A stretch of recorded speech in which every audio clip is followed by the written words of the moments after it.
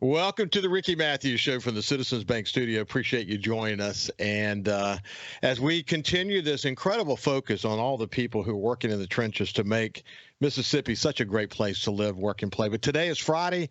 It's my day. We start the day with my friend Jeff Duncan from NOLA.com and the Times-Picayune. And we're going to go straight over to Jeff. And first of all, just say good morning. How you doing, my friend? Doing good, Ricky. How you doing, buddy? I'm doing good. Listen, I appreciate you bearing with us last week. I got a couple of notes from people that said, where was Jeff? We didn't have a Jeff Duncan day. What happened is I got something in my eye, and I was working out in the yard, got something in my eye. It got out, so, I thought no big deal. And several days later, a scratchiness in my eye started to make my eye actually hurt. Yeah. And it was like a delayed reaction. But what happened, I got a little infection. And a doctor gave me some really good eye drops and started using those, and everything is better. But it was one of the when you got a little something going on with your eye, it's not just the irritation, but it's the pain. It's kind of hard to do anything, to be honest with you. So I had to go tend to it last Friday morning, and it got the shows out of sequence. So anyway, I appreciate the listeners bearing with us. I just wanted you to know about it. Jeff, man, you have you've if anybody can go check JeffDuncanNOLA.com and watch the incredible amount of buzz around Jeff related to Michael Thomas and the columns and other stories that Jeff has published about Michael Thomas. And Michael Thomas personally actually going after Jeff was something to behold, my friend. You've been kind of in the news for a couple of weeks. What's it like? You're used to this, aren't you? Yeah, it kind of comes with the territory, Ricky. When you're a columnist, you have to have thick skin, and you've got to understand that sometimes things you write are not going to be popular. And look, I understand it from Mike Thomas's point of view. I mean, Mike Thomas has been in New Orleans for 8 years. It's a very emotional thing to be, let go the way he has, and not going to be a part of this team going forward. So I understand why he's disappointed and upset. So it's just unfortunate that his career ended in the way it has. That's the column I wrote was about the unfortunate ending. I mean, it's disappointing. And this is a guy that was on a Hall of Fame trajectory in his career. He caught more passes in the first 4 years of his career than anybody in the history of the NFL. That's amazing. And then injuries and a bunch of other things that just sort of derailed his career. And then it just got really disappointing this year with some of the, off the field incidents that kind of led to the Saints deciding to move on. And, so it's an unfortunate ending to what should have been, a very triumphant chapter for Mike Thomas. And look, he's going to eventually be in the Saints Hall of Fame. I'm on the committee. I'll vote for him. He deserves to be in the Hall of Fame. And I'm sure when he comes back here, it'll be an emotional homecoming. And I'm really interested to see what happens to him in his career, where he lands, what kind of market he has, because I do think he can still be a valuable role player in the right system with the right quarterback. Yeah, Sean Payton will pick him up. That's what. Yeah, that's it wouldn't surprise me, right? Doesn't it? Everybody else goes to Denver, right? Yeah, it'll be interesting because he's not the same player he was. Clearly, he's had so many injuries. He's 31 years old, but speed has never been Mike Thomas's game. I mean, he's a physical possession receiver, and he catches everything in sight. So he's got to get with the right team where he can play that role, somebody that needs that role. And I think someone will reach out to him and sign him, but it'll be interesting to see at what level at this stage of his career because of the injuries that have just piled up on him. Yeah, I know that. What was important about the column you wrote was no big surprises there now that we know how it's all playing out. But you had sources, and you saw that he was soon to be cut. And he just, you broke it. And I mean, it's not like it hadn't been talked about in the media, and you did a review about it. Incidentally, I will point out, by the way, that if anyone wants to read, I think it's a really well-written piece that actually appeared today in the newsletter for NOLA.com Saints. I don't know who wrote it. I forgot to note the author, but it's a really nice, succinct, well-written piece about his career and where it ends at. Did you write that? No, that was Luke Johnson did a terrific Luke did job. It was really well written. I like Luke's got a good style about him when he writes. Agreed. And I thought it was very nicely written. And it's hard to take a big long career and concisely pack it into a story. And I just thought he did a really nice job of that. So people can go look at that. They can also look at Jeff's column at NOLA.com as well. But Jeff, you made the point before we started the show just a minute ago. I see it in the efforts that I'm involved with on my SuperTalk Outdoor show, where someone actually called me a hot potato. Another one called me an agitator. I think that's true in a way, because I kind of feel like I'm the long voice talking about a lot of these things, because there hasn't been a media focus on these things. But if there had been a media focus on these things, I would have just been another voice in the chorus. That's kind of what you're facing in New Orleans. That's why you stick out a little bit, because you don't have other Saints columnists and reporters calling it really the way they see it for whatever reason, and you do. So you kind of stick out a little bit, and you're kind of used to that too, aren't you? Yeah, look, I think the goal in our job is to just get to the truth. I mean, you seek the truth, and as close facsimile as you can get to the truth. And sometimes, the truth hurts. Sometimes the truth is not what people want to hear, especially in sports. I mean, I always ask people, it's funny, Ricky, when I'll be out socially and people will ask me, like, what's so-and-so like? What this player, what's he really like? Or what's it like covering the team? I always ask them, I say, well, you want to know the truth, or you want to know, the fantasy world? I mean, a lot of people go to sports to get away from, it's an escape for people. So they don't really want to know exactly what somebody's really like. I mean, it's the celebrity obsessed culture that we live in. People live vicariously through celebrities, and sports figures have become celebrities. So, sometimes people like it that way. That's their escape. So I get that. But my job is to tell the truth, is to basically lay out. And so Mike Thomas's career ended in a disappointing fashion. I mean, there's a reason, Ricky, the Saints moved on. I think people need to understand it's not Jeff Duncan that's causing Mike Thomas to be released and moved on. The New Orleans Saints elected to move on from him, and there's a reason they're doing that. And it's not all positive. It's not all great. There's a lot of people out there that have gotten tired of Mike Thomas's act, and high-level people that run the organization. There's a reason this moved on. So, reporting that, you get to shoot the messenger sometimes, and that's just comes with the territory. Yeah, it's interesting. The outdoors community is similar to what you just said, in that they go into the outdoors to get away. They go into the outdoors to get a breath of fresh air, and it's sometimes it's hard to take a minute and study what goes on behind the scenes as it relates to outdoors policy, hunting and fishing policies, and they just don't want to hear all that stuff. They really just want to go out and do a good turkey hunt and live in a prairie. Yep. Some people talk about it, or go catch a fish, or go sit on a deer stand somewhere. So sometimes it's tough. It's in that way it's very relatable. The releasing of Michael Thomas, they'll take a little bit of a hit initially, but the reality is they've done a pretty good job. And you said this from the beginning. You don't get into the numbers of salary cap and all this junk, because we can worry about it and talk about it all day long, but they just gonna figure it out, and they're gonna get where they need to be. So here we are now. They're already millions under the cap already, and probably other moves to make, and maybe some trades still going to happen. But you're not surprised they're at this moment, are you? No, I mean, they do it every year. You can make those numbers work the way you want. Now, there are ramifications to it, though. I mean, there's a reason they're not big spenders in the market right now. I think they'd like to add a defensive end to bolster their pass rush, but they're not in the market for that. And the reason they're not in the market for that is they don't have the cap room. So there are ramifications to the way they do business, but they're in a bit of a transition, I think, with the roster. They're trying to get younger.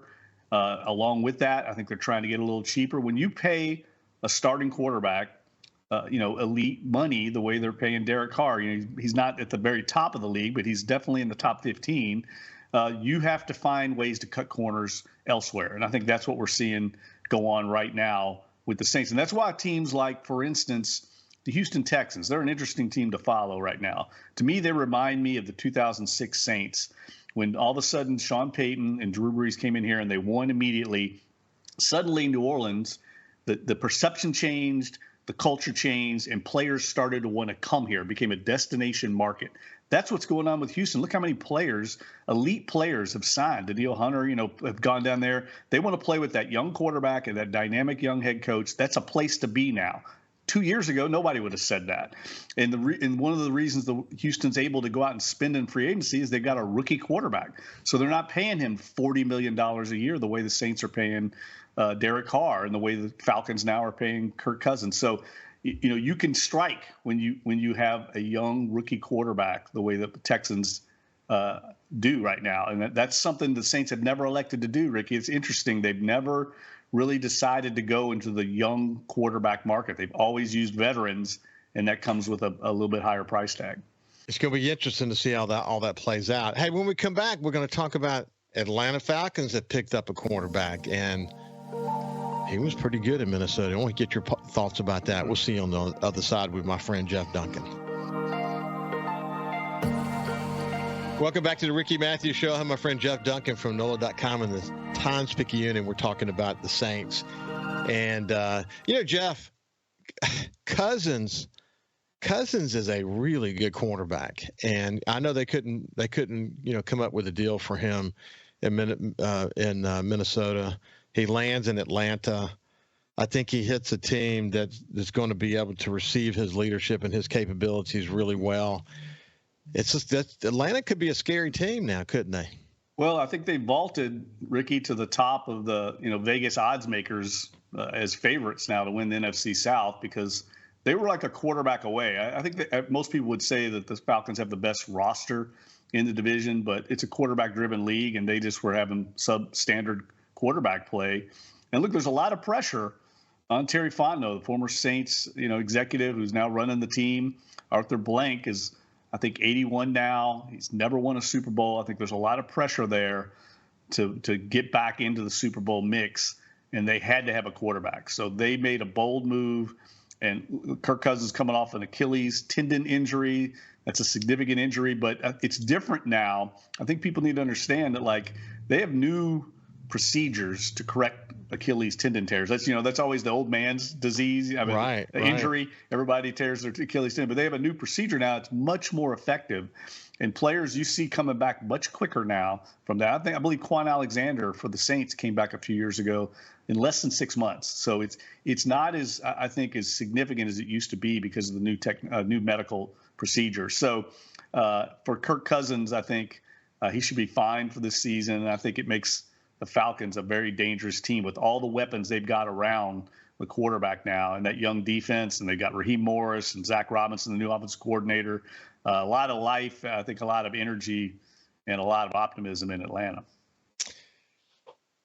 You look at the number of free agents. So, I'm talking about big time names that are either in play or have already signed with different teams. The musical chairs seem to be at a feverish pitch this year. Of course, and then the solid teams like San Francisco and you can name two or three at the top of the heap. I don't think Dallas has done much. Yeah, or just kind of laying low and sticking with what they've got. But it's a dynamic league right now, isn't it? Well, it's funny. The Saints have always if you look at their history with free agency. When they want somebody, they really target somebody. They go get them boldly. They'll make a bold move. That's what they did with Derek Carr last year. I remember back, some of the listeners and viewers will remember Jairus Byrd. Now that's a name of infamy because they went out and paid him a lot of money, and he was very disappointing. But they got him right off the bat. So They will go target somebody and go aggressive. But for the most part, they kind of sit on the sidelines in the early days of free agency and let the market settle, and then try and get to the second and third tier players, which are more affordable. And I think that's exactly what they're going to do this year. They don't have the cap space. We know that. I think their top priority has been restructuring, getting under the cap, and then trying to position themselves to re-sign some of their own guys. And they've lost some guys along the way, but they're mainly role players, Zach Bond, Malcolm Roach. Those guys, they can live without but they do have to build depth on this roster, and I think they'll start addressing that soon. Yeah, so he had a nice long list of familiar names that were free agents, and you mentioned two that have left. But do you see anyone in that list that gives you big time heartburn? No, look, I think the offensive line, if Andres Pete lands a deal with someone else as a tackle, I don't think the Saints are going to pay him starting left tackle money. So I think that's the decision that everybody's waiting to see. What happens with Andres Pete? Because that will create a domino effect on their offensive line. Certainly makes a little more of a priority getting Trevor Penning back and confident and playing at a high level, and then maybe forces them to either address offensive line and free agency or the draft or both. And I think they probably will do both.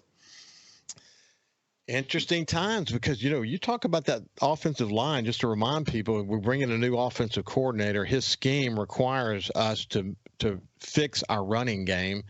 We have to win in the trenches now. So this conversation around the offensive line is no small conversation, is it, Jeff? No, look, you hit a great point. I mean, Dennis Allen said that after the year, Ricky. They got to fix the running game. And that's how Dennis Allen wants to play football. And it makes sense. They got a good defense. You win with the running game, control the clock, lean on your defense, and they haven't been able to run the ball very well at all. So to me, that's Clint Kubiak's number one priority. It's probably the reason Dennis Allen hired him, because he has that running scheme, that scheme that Kubiak and his father ran all those years in Denver, is very successful running the ball. And they've got to get Alvin Kamara back on track. I mean, I think that's a big question mark.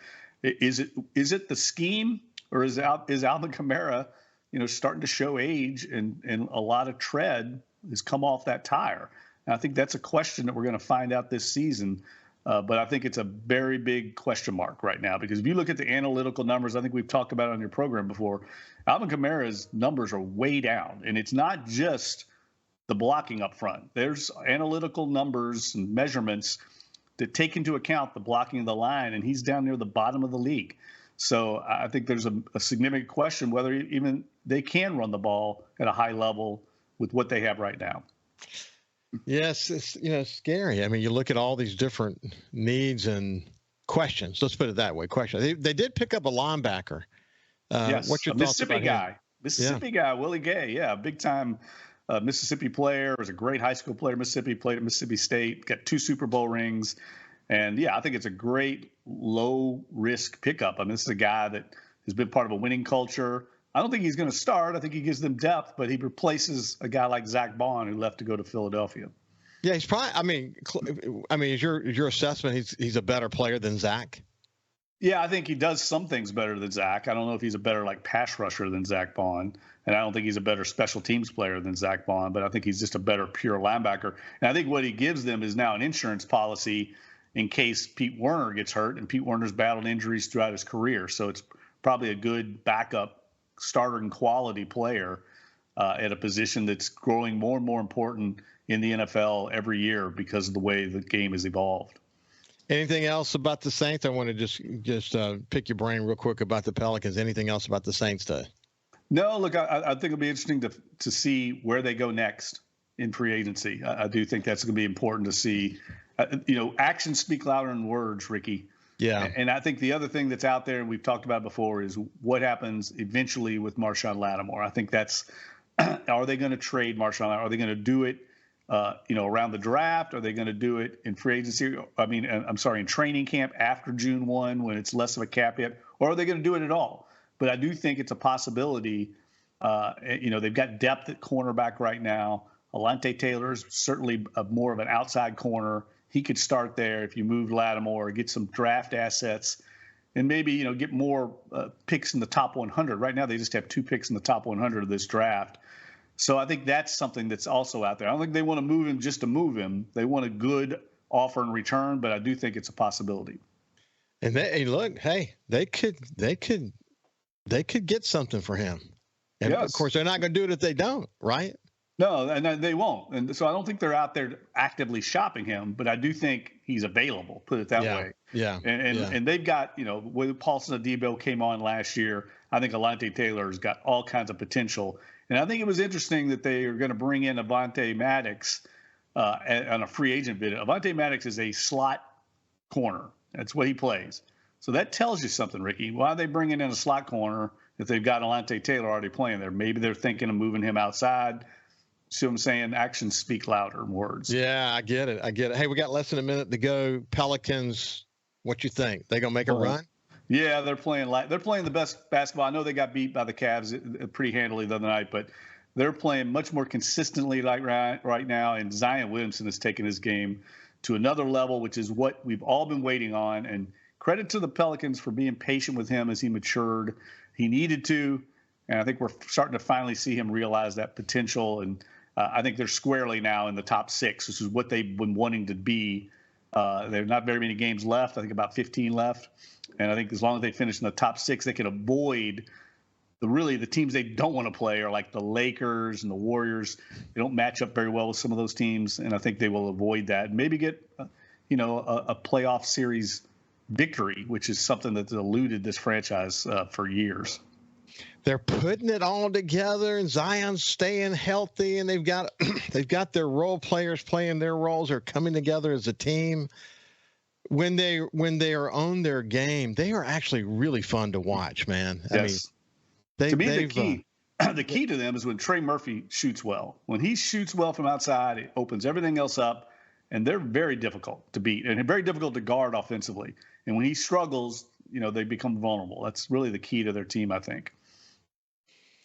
Well, you the man. I appreciate you joining us.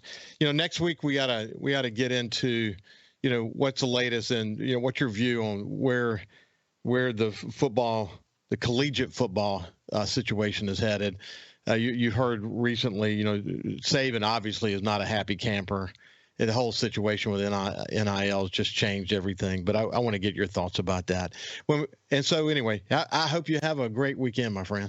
Yeah, thanks. Speaking on that, I'll be moderating a panel at the New Orleans Book Festival this weekend on that exact subject with Oliver Luck, talking about NIL and the changing college landscape. So if you're in New Orleans, come out. Yeah, come out. Yeah, we'll talk about that next week for sure. Hey, listen, it's been a pleasure, my friend.